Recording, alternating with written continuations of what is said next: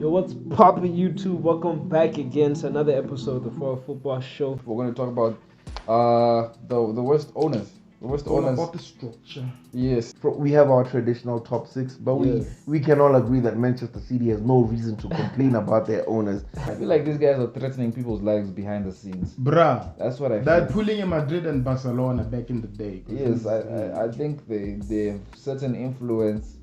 If they're threatened, they'll find out who is threatening them. Hey, and I'm then going go to for tell their you that I've family. been paying FIFA. Yes. So we knocked out City. We've got 5 left. Liverpool, Manchester United, Arsenal, Chelsea, Tottenham Hotspur. So we're gonna rank their owners from worst, from best to worst. I think. Best to worst. Because number 1 is gonna be the worst.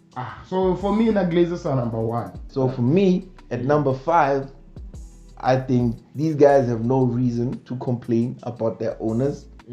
Manchester United, the Glazers. Okay. First thing that the Glazers do that nobody else does, they take dividends out of the club every 6 months. Me personally speaking, I know Manchester United fans will always complain about the Glazers, always complain about a lack of investment.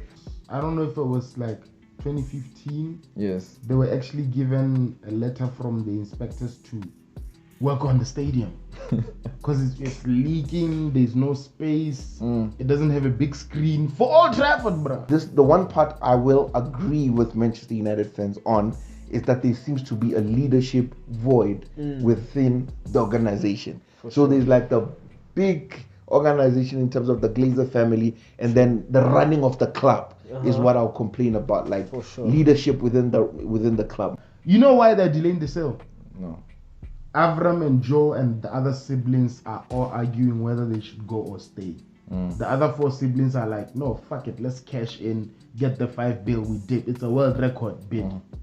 Glazers and Joel are like, nah, bro, we still want to stay and milk more money. They withdraw dividends from the club themselves, so they're using it more as a cash cow, which I don't knock, right? Of course, it's your asset, it's supposed to generate cash for you, but it comes to a point where they rather worry about shirt sales than actually getting the right player that fits the system within the team. And for a lot of time, there hadn't been a synchronicity with the approval of certain players that managers wanted versus Ed Woodward wanted. And Ed Woodward is not necessarily a football guy. He's from Wall Street, bro. They brought a Wall Street guy into football to run it like a business. And then for me, the second place, Daniel. Third, and I'm not gonna have much to say because I'm gonna go with the Spurs owners. this guy, he pays himself. He gave himself a salary increase. You know? Daniel. Yes. I just know that it's Spurs, man. You're perennial losers. It's got nothing to do with the owners. This one is difficult, but I would. I'll go Todd. Yes, I would put Todd Bowley number 3. For me, number 2, I'm gonna go Chelsea. Todd Bowley and them.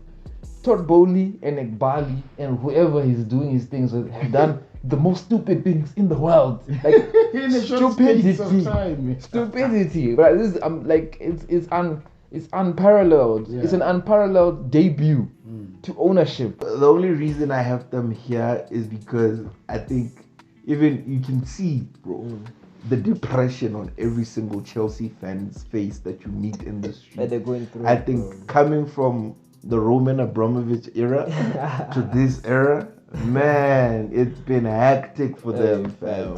Like this is legendary stuff, bro. Like how dumb can you be, bro? Like this is amazing. Like the amazing world of Bowley and Ekbali. Like bro, like you should be on Cartoon Network because this is hilarious, bro. It's hilarious. Oh my goodness. I feel like these guys are like a social experiment to test Chelsea fans on how angry they can be. Like, bro, how do you spend 200 mil plus on a manager, Thomas, to get the players he wanted? Yeah. And then you sack him. Hey. Then you buy Graham. You get Graham Potter, the players he wanted, spending again another 200 mil plus. Then you sack him. and then you hire an interim manager who was once sacked by the same club who almost relegated Everton. I'm seeing too much of him, bro.